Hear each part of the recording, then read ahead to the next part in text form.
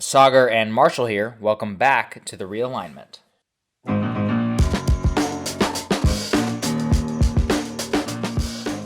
We spent the last month or so covering the coronavirus and the factors that led to its spread across the globe.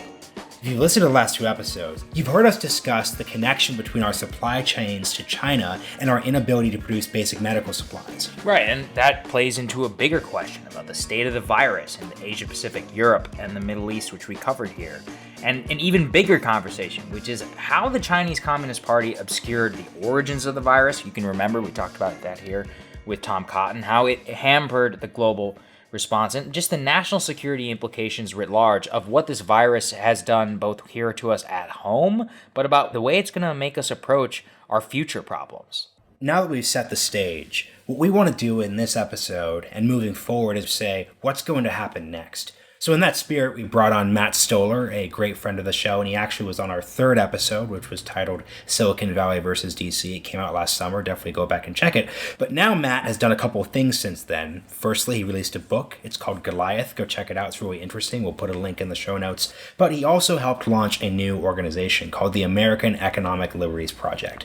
So on this episode, we brought Matt on to talk about the economy, talk about, now that we've set the stage of coronavirus, what are the various different structural factors that we're going to have to reckon with given there's a recession on? How are those going to look? What Matt is really good at is about distilling so many of these things, both from a right and a left perspective, and saying what was the problem structurally in our economy in the past, what's it going to look like in the future as a result of the most recent bailout package, and just the general effect. So we look at supply chains, we look at this bailout versus the bailout in 2008.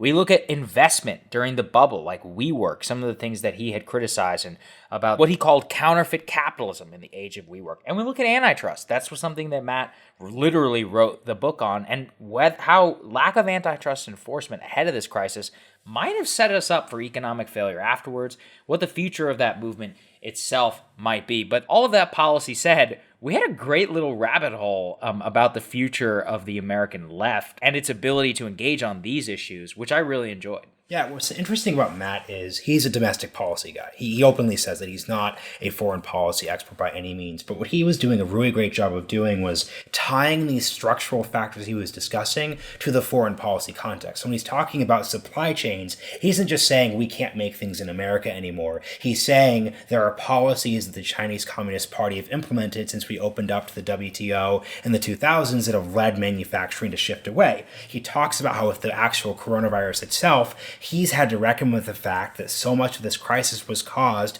by the inability of international institutions to really reckon with this issue. So he gets into this sort of difficult discussion from his perspective because, as he points out, he's on the left, but the left, in his eye, has a difficult job dealing with the China component of this issue because of the racial aspect, sort of what he calls woke politics. Yeah, I mean, as I think many of you know, that's music to some of our ears, or my ears in particular. But the entire discussion, the rabbit hole, all of the policy, it's really worth listening to. So why don't we take a listen?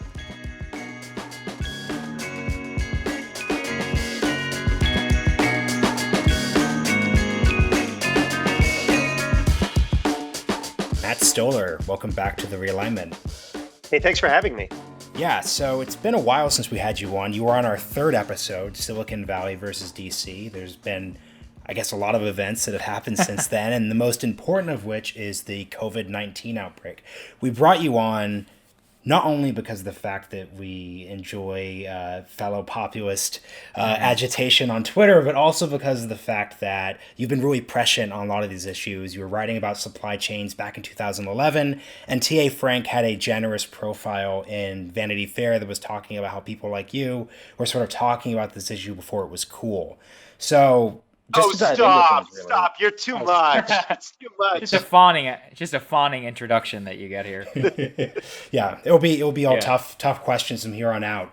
But just to start off, really, because what we want to talk about today are sort of the economic predictions and economic effects that are going to happen after the crisis, because obviously everyone now knows that we have a medical supply issue. So I think people are wondering, what's it going to take to improve the situation? So let's start there. How did America get to this COVID-19 supply chain medical crisis, and how are we going to move forward? Yeah, so it's a good question. I mean, So there's a lot of different ways to understand what happened with the coronavirus, but a simple one for politically is everything that is important, we make a good chunk of it or an essential part of it in China, right? That's just the simplest way to explain it. Not everything, not all things, but most things, and so everything from cars to specialized chemicals that go into missiles to active pharmaceutical ingredients, a lot of personal protective equipment, that kind of thing.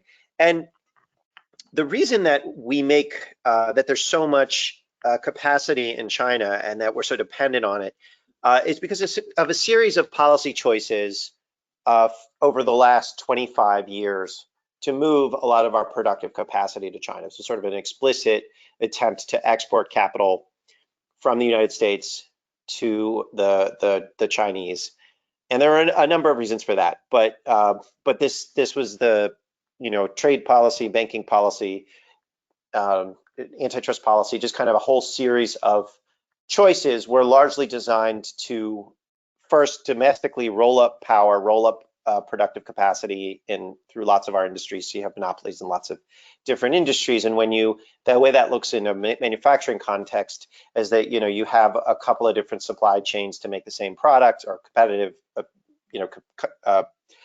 products that is in the same product line, but they're competitive. You roll them up into a monopoly, all of a sudden you have one supply chain, and then it's much easier to move that over to China. So it's change in antitrust policy, then a change in trade policy to enable that. So that's what happened, and I wrote about this in 2011 because we started to see really serious problems with resiliency, not just with China, but with the earthquake, the Fukushima earthquake in Japan, that precipitated a run on videotapes in Hollywood because all of our videotapes apparently were made in northern Japan near the earthquake zone, so there was this was what was called an industrial supply crash or near crash, and eventually it was sort of caught it in time, so it didn't crash the whole economy, the whole global economy, but it really did slow things down for a little bit, and it did illustrate that we have all of these sole source dependencies in products, everything from microchips to vitamin C. And so when you look at that, you're like, oh wow, we have this very sort of hyper efficient but also really fragile global system of production, and a lot of it goes through a geopolitical competitor / enemy. That's really dangerous. And so it's not rocket science to say, hey, that's something that we should be paying attention to and be concerned about. And then a lot of us who pay attention to China and look at potential shocks, one of the big ones is pandemics. That's traditionally been a dangerous thing for the world, and that has traditionally changed the way that people trade, the way that people do finance, just even temporarily. So that's a lot of us when in that group who pay attention to China saw the pandemic coming, and then if you've studied supply chains and looked at some of the problems that we have, or just talked to supply chain engineers or people who make things and sell it, then you would you walk through some of the scenarios, and it's not that hard to predict that we'd have really serious problems, as we indeed have. Right. So Matt, I mean, one of the things that I think we've all been talking about, that's a familiar story now to some of the podcast listeners, and the real debate is about what we do about it and what that actually looks like. I mean, I recently saw you put this out, but a Chamber of Commerce Shanghai survey of U.S. firms in China says that the majority of these U.S. firms do not say they have any plans whatsoever to repatriate American supply chains back to the United States. And at the same time, 71% of Americans think that American companies should pull back manufacturing in China, according to a recent Harris poll. So to execute, I guess, the popular will in this case, what needs to be done? What can Congress realistically do? More hearings. Yeah, those always work. Because what I think a lot of people are used to hearing is more hearings. We'll have more hearings, or, oh, well, we'll investigate the matter, or the DOD will put out a report. I mean, it seems like a pretty dire thing at this point. What can actually be done? You guys are forgetting about sternly worded letters. Right. And podcasts. And that's true. Yeah, podcasts and tweets. I mean, there's all these tools that you are leaving out of the toolbox. Uh, Look, I mean, basically, what you're going to have to do is you're going to have to change the rules, right? I mean, that's not it's this is not rocket science, right? I mean, we're going to have a much more capable and active state. That's very basic. The reason that the CCP is able to pull, using predatory tactics, they're able to basically start to dominate American corporations and Western corporations in general, is because part of that libertarian turn in the last 25 years has been to defang the state, right? Every state but the Chinese one. And that way there's no governance going on. There's no public governance. So, that's why, Congress got used to it, right? That's why the only thing Congress does is hold hearings or write sternly worded letters. It's because they don't actually know that they're supposed to, govern. They're like basically Congress, a lot of what Congress does is write letters to other people saying, somebody should really do something about our problems, right? And part of what has to happen, and I think that that's starting to happen with the pandemic, is they have to start looking to each other and be like, oh yeah, we were elected to do something about our problems. Like, we were elected to govern. And I think you saw with the small business financing problem, like mostly what the Congress tends to do is they tend to kick the problem to someone else, usually the Fed, and say, hey, can you print our way out of this problem, right? Print money. And what you're seeing for the first time with the small business lending program is that the Congress is saying to the Small Business Administration, hey, can you print money to get us out of this problem? And that's different. That's new. It's not that different, right? It's still like a financially oriented view, but it is actually saying, hey, can an administrative agency over which the president has authority, like it's a democratic, it's not like the Fed, and over which Congress has authority, can you directly get and touch the institutions in our economy, the small businesses, right? Not just printing dollars to trade in capital markets. That's a really significant change. I think just in terms of Congress's self-conception. And actually, the Gallup poll shows that, like, weirdly enough, congressional approval rating went up like to 30%, which is the highest it's been since 2009, right? As it turns out, people don't like Congress because Congress doesn't do anything. And what members of Congress have taken from that is the public doesn't want them to do anything because they don't trust them. But in fact, what the public is saying is, we want you to do stuff and we don't like that you're not doing it. And that's why we don't approve of you. That's a good segue to sort of our next section, which is sort of the congressional response has been the broad bailouts programs, the economic stimulus. As anyone who follows you will take it, you aren't particularly happy with that response. So how do you reconcile the public support for Congress with what I think you would argue is a particularly ineffective and destructive response from the government itself? Well, look, I mean, don't ask me to be consistent. I feel like I should be. I do political work, so I'm allowed to be a hypocrite. No, I mean, I think that people wanted Congress to do something, and Congress did something, and it is, I think in the long term, people are going to judge our policymakers by the outcomes, but in the short term, like they acted, and they acted to get money to people who were unemployed. They acted to get money to hospitals and to states and to small businesses and to Wall Street. And I think over time, people are going to be pretty unhappy with the overall restructuring of power. But they liked that Congress did something, and they liked that they saw pretty immediate benefits. I mean, it's really extraordinary if you look not just at I think the unemployment is a big deal, but also $342 billion lent out to 1.7 million businesses, which is about 20% of all small businesses in America who employ someone. And that's pretty extraordinary just within a couple of weeks. So I think that's kind of what's happening, is people are actually seeing something coming out of the government that they appreciate it. They won't like in aggregate what's happening, but that's a big deal. I like that you brought up 2009 as sort of the other point when Congress was doing things and was sort of well received, but I think the problem is, if you're a policymaker, if you're a member of the establishment, you should remember that the next year you had the Tea Party wave.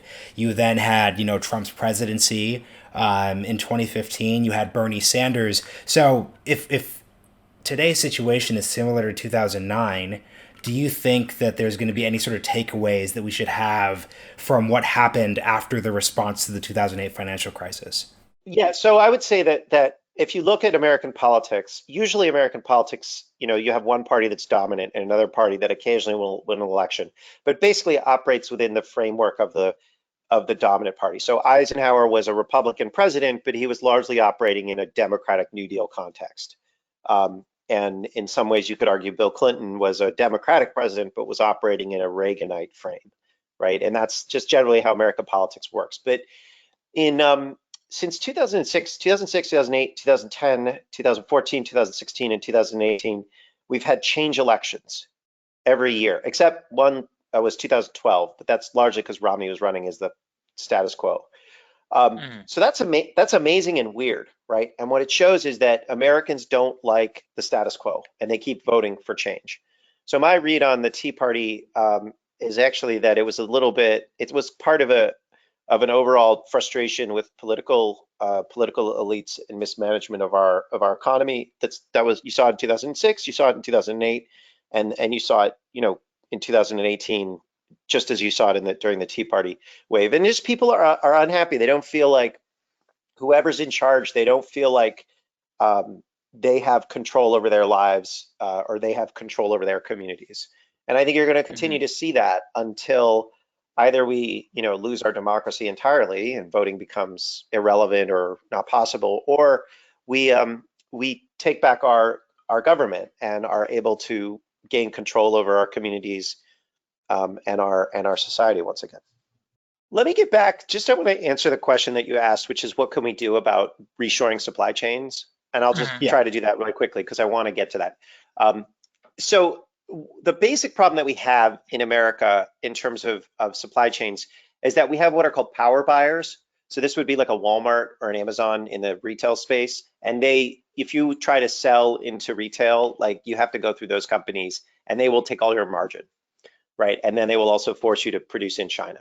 And that's actually true across most of our areas of the economy. We just don't, unless you're in the medical area, you wouldn't see it. But like CVS and the hospitals, they have combined their bargaining power into what are called group purchasing organizations, and they buy all of our medicine and all of our, a lot of our medical devices and whatnot on behalf of hospitals. And so they take all the margin out of that, or a lot of the margin out of that, and they force a lot of it abroad. And so part of what you have to do is you have to change trade policy to say, we're going to require that you make a bunch of stuff in America. So we're going to require that the VA buy made in America medication, and you're going to have to define what made in America means in a more aggressive way. But part of it is also you have to break the power of these power buyers, right? So you have more decentralized buying, and that way there's a lot more margin just in production, and then you can use tariffs and a whole bunch of other things. But like what you need is you basically move you undo the policies that we made from the 90s onward, and then you facilitate moving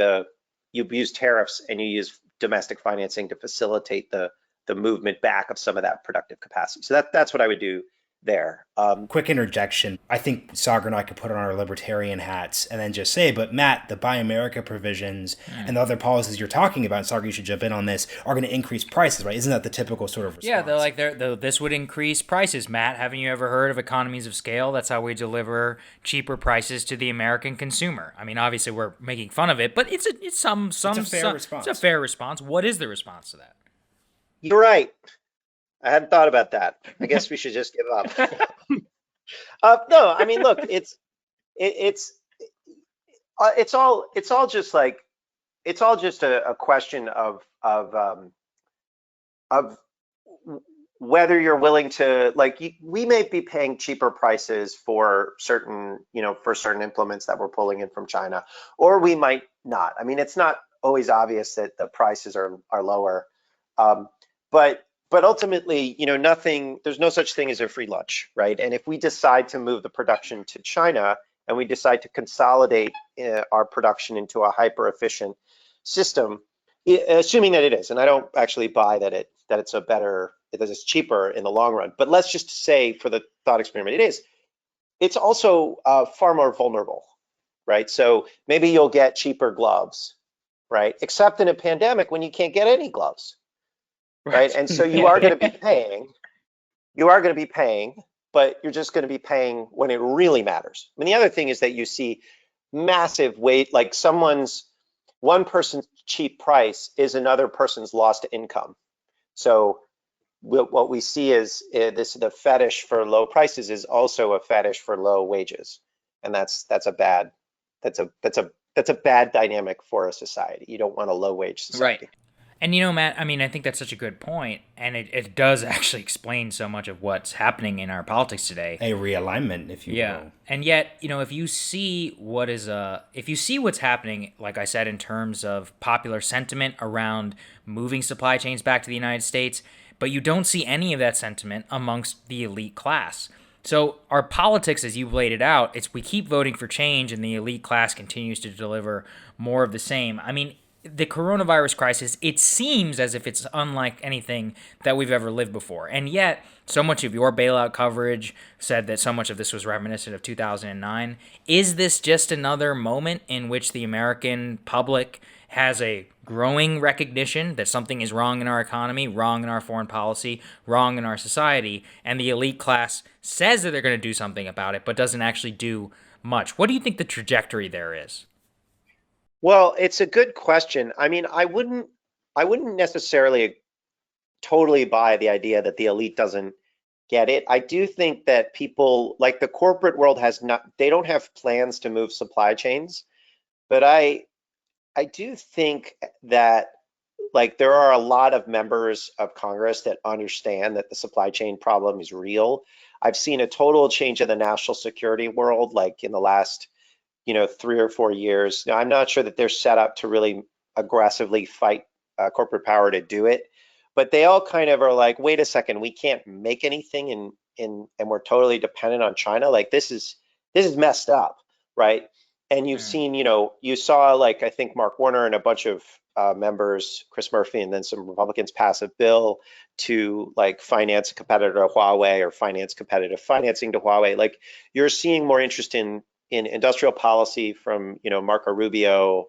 You're seeing like what's the elites is our elites learning, right? I mean they are, and so I'm not totally persuaded that it's like it's fruitless, but there's a I don't think we've seen that kind of like that magic moment where someone is like, okay, this is how we're going to lead, and here's a program and it's going to work, and then people sort of courage is, Daniel Ellsberg once said courage is contagious, and that's right. Success is contagious. I think the closest you're seeing is Rubio's small business lending program, but that's so I'm not totally convinced, but like where does this go? I do think that there's a huge problem in the judiciary, in the antitrust world. Like the Trump administration is like cross-pressured with a bunch of Wall Street types, and the progressives are a total mess. And it's like a so the country is like not coordinated to go in any particular direction. And I think that if we Right. don't figure out a way to gain control of our corporations and our financial system, then you'll just see it won't be that like it'll just be the status quo. It'll be much, much, much more consolidated than the status quo. You'll see hundreds of thousands of small businesses just disappear. You'll see like our newspapers will disappear. You'll see, a country dominated by just a few giants. And I mean, it's we're sort of at a dangerous moment. And I don't have a lot of hope that in the next year, we're going to make the right decisions. But I do think that like 5 years out or 10 years out, I do think we can actually kind of make those decisions. I want to return to that because I've been struggling with this too. I mean, both a feeling of despair, being like, oh, there's not a lot of the action is meeting the political moment. But Right. at the same time, I mean, we saw Marco Rubio's Paycheck Protection Program become the default position of the U.S. Congress within 2 weeks. And we're talking about, like you said, I mean, direct loans of SBA funded loans to 20% of small businesses in this country. Of course, the circumstances are crazy, but there's no putting that back into the bottle. So, I mean, is that maybe a cause for optimism that close, that soon, this program could become a bipartisan one that the Congress is squabbling over the conditions in order to put money in, but not necessarily where the program itself is bad? Yeah, I think that's a great, I mean, the more I look at it, it's like, it's this amazing opportunity because the Paycheck Protection Program is three things. It's a financing program to help a lot of distressed businesses, but it's also an anti-monopoly program. And it because small businesses compete with big businesses. So by supporting small businesses, what you're doing is you're sustaining competitive markets, you're protecting competitive markets. And then it's also a private equity reform program because it has restrictions against private equity companies getting that money. I mean, you can get it if you're financed by private equity, but you can't get it if you're controlled by private equity. And so what a lot of private equity owned companies are doing is they're changing their charters so that they aren't controlled by the private equity fund just so they can get access to the money. So you're seeing like the private equity industry, I don't want to say that this is like, I don't want to overstate it, but like they are actually changing some of the ways they do things just so they can get access to some of this money. So it's like actually pretty extraordinary what the impacts of this program are. It's just that it's not meeting the moment. It's not enough, right? So I want to take a step back and sort of look at the economy itself and the way that's going to look like going forward. So you had a very persuasive case last fall that companies like WeWork, these sort of venture capital fueled boondoggles, were sort of symptomatic of a sort of deeper issue within American capitalism. I think you said it was counterfeit capitalism. So one of the things that's so clearly happened so quickly after the crisis has been that investment is just sort of, the investment spigot is turned off, right? Like we're not living in a world where charismatic founders with unclear skill sets are able to just sort of get all this money and create, real estate scams. Well, it wasn't really a scam, but sort of perpetually money losing real estate companies. So what do you think? I guess, yeah, we don't want to do the WeWork debate too much, but the point is that how do you think the crisis has sort of solved the counterfeit capitalism issue you were highlighting? Well, that's a good question. Right, because there's no more funny money. Like there's I mean, if you listen to sort of Scott Galloway's take on this, SoftBank Vision Fund is over, right? There isn't going to be this vast amount of capital that's just offered cheaply. And you could sort of say that's a good thing because you're not going to have any more WeWorks. But I think part of the concern would be is that, there are people, like you critique them from the venture capital side that say that, building the future is going to require investment. So we're sort of in this sort of double bind here. I'm just curious what you think about that. Yeah, I mean, it's interesting because like the counterfeit capitalism was directed at a particular practice of WeWork, but also a lot of companies that were doing what WeWork was doing, which is predatory pricing or pricing your goods below cost. Because capitalism is premised on the idea that you take a bunch of inputs, you put them together, and you actually have something that's more valuable than the inputs. Otherwise, it's a waste of otherwise it's a bad system because you're just destroying value. And so when you price things under their actual cost or value, you're destroying value. And we used to have laws against predatory pricing, and we don't enforce them or we got rid of them. So that was the specific like practice that I was talking about with counterfeit capitalism. I think that this sort of era of these like WeWork type of white elephant companies is over. Like, yes, the SoftBank Vision Fund, that era is gone. So I'm not but we haven't re-implemented like predatory pricing laws, and it's not obvious to me that the cheap money is gone, right? So the Federal Reserve going into junk bonds to me is really disturbing because that's the federal government itself backing like this cheap money. And the cheap money is largely, my guess, is that they're going to try to use it for roll-ups.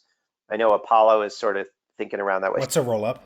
Yeah, let's explain some of these terms, Matt. What exactly is the implication of what you're saying? So a roll-up is when a big pot of money, which is called a private equity fund, where they get a lot of money from like pension funds or insurance companies or investors. They get a big pot of money, and then they borrow more money, and then they'll buy a bunch of companies in one industry and put that into one company. So it's like you have a bunch of different, say, gyms in a city, and you buy them all, and you put them into one company, so you now have a monopoly of gyms in that city. I'm not saying that's a real example. I'm just saying that's an example of what Hmm. a roll up would be. And so, what the opportunity now in with all of these companies that are distressed is that you can, if you have cash, which some private equity funds do, then they can go in and they can buy these companies cheap. Or if you're a monopoly or a big company and you have access to funding, you can go in and you can buy these companies cheap. And so the cheap money is gonna have, without like restrictions on what you can do with it, it's gonna go in a different direction. But I'm not sure that that ends like the predatory pricing model. You have to end that with law. You can't end it with just like the Right. bubble bursting. It's a good segue, really, to what your major expertise in this, which is antitrust. And I think Right. one of the major questions here is, what is the antitrust debate? We covered it early on in this podcast. What does it look like after the coronavirus? Because one of the things that you warned about in particular as a result of the bailout package was that this could actually cause some of the mass consolidation, some of the biggest consolidations in American history, exactly where you're talking about with cheap money. You have these private equity and Distressed assets. distressed assets and small businesses out there that are suffering, able to sell, maybe even take a loss, that we could see a wholly different country. What should the antitrust debate look like after coronavirus? Because it's largely been missing from the initial conversation.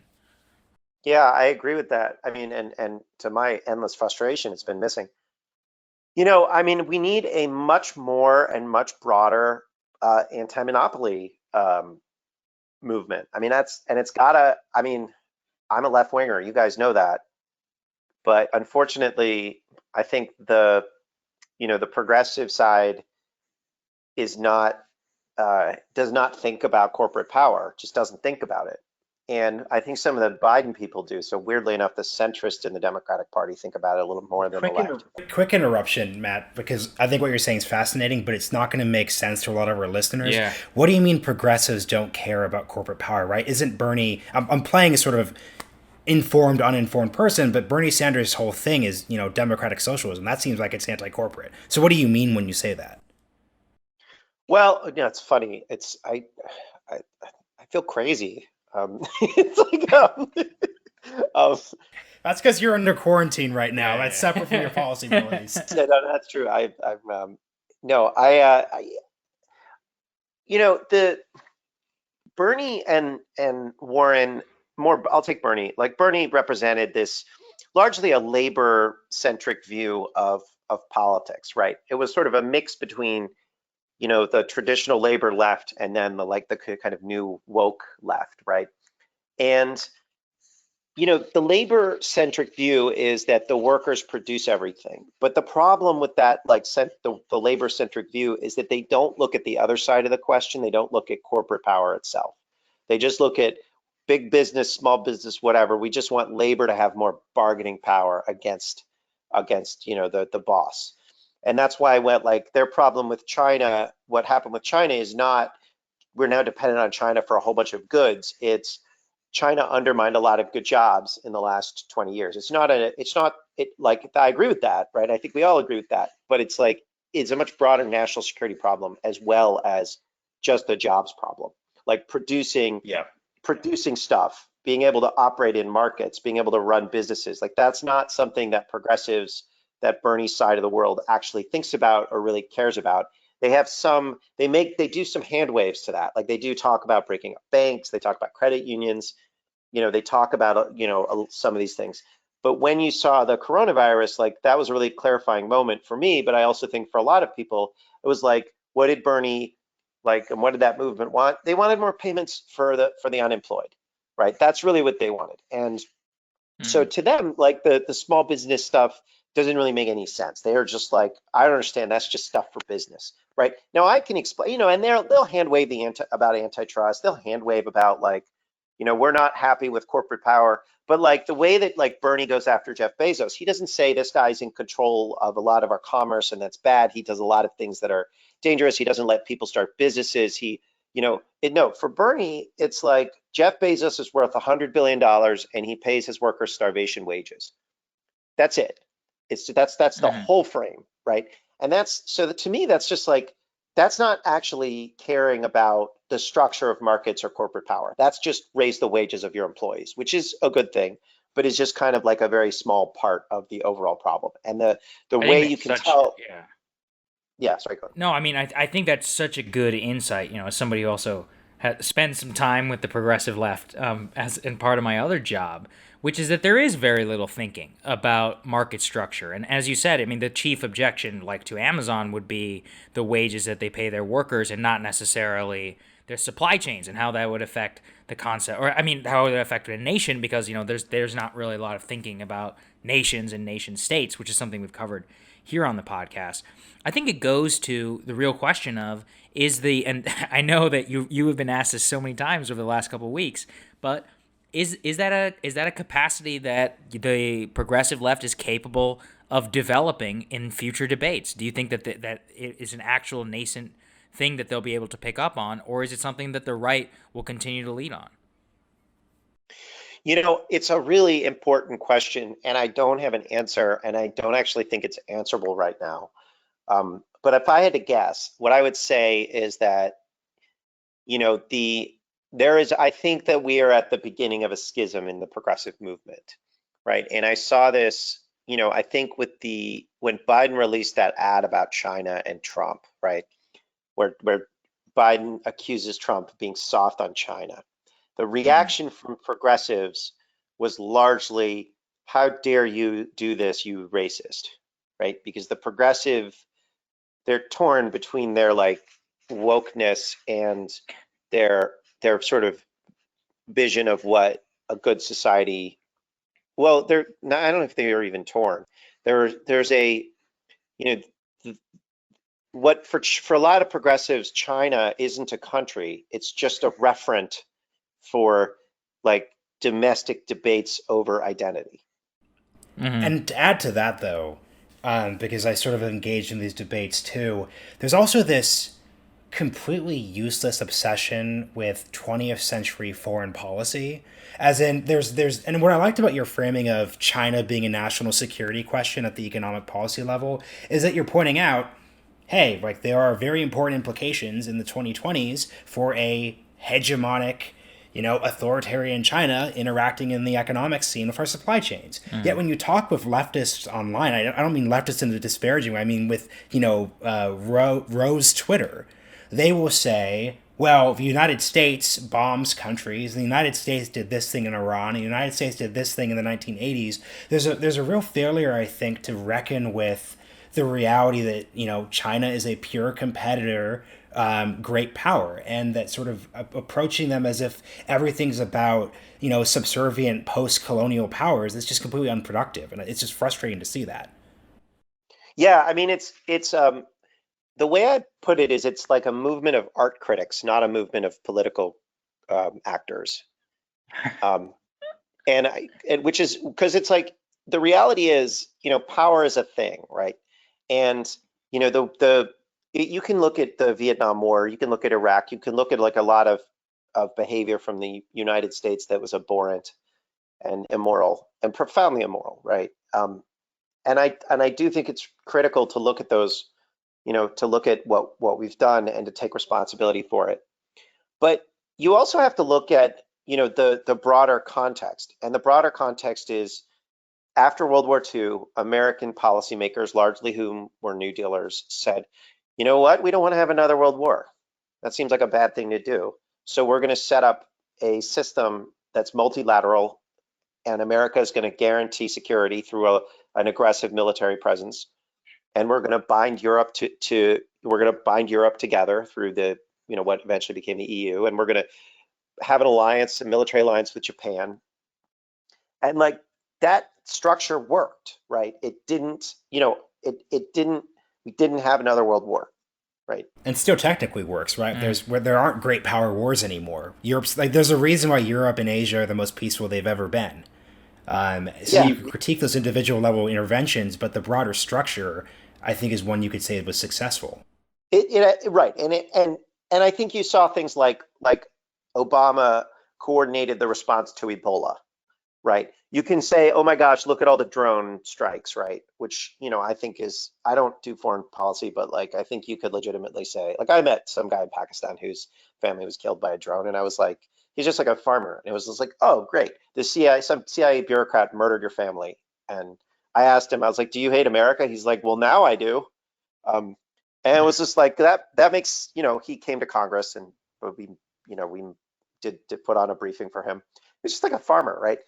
That's a terrible thing to do. But then so you also have to recognize, okay, so then they're also coordinating the Ebola response. And that's also a thing that happens. So it's not that I'm not saying that the left is like wrong. I'm saying they're not in the conversation because they're not actually taking seriously the reality of geopolitics. And I think that's what you find frustrating too, where it's like you're not even having a conversation, right? You're just having you're just having a debate over aesthetics, and it's very annoying, right? They're not even relevant.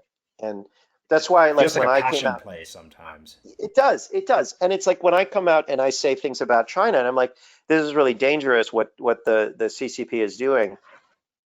They don't have a way of even understanding the argument.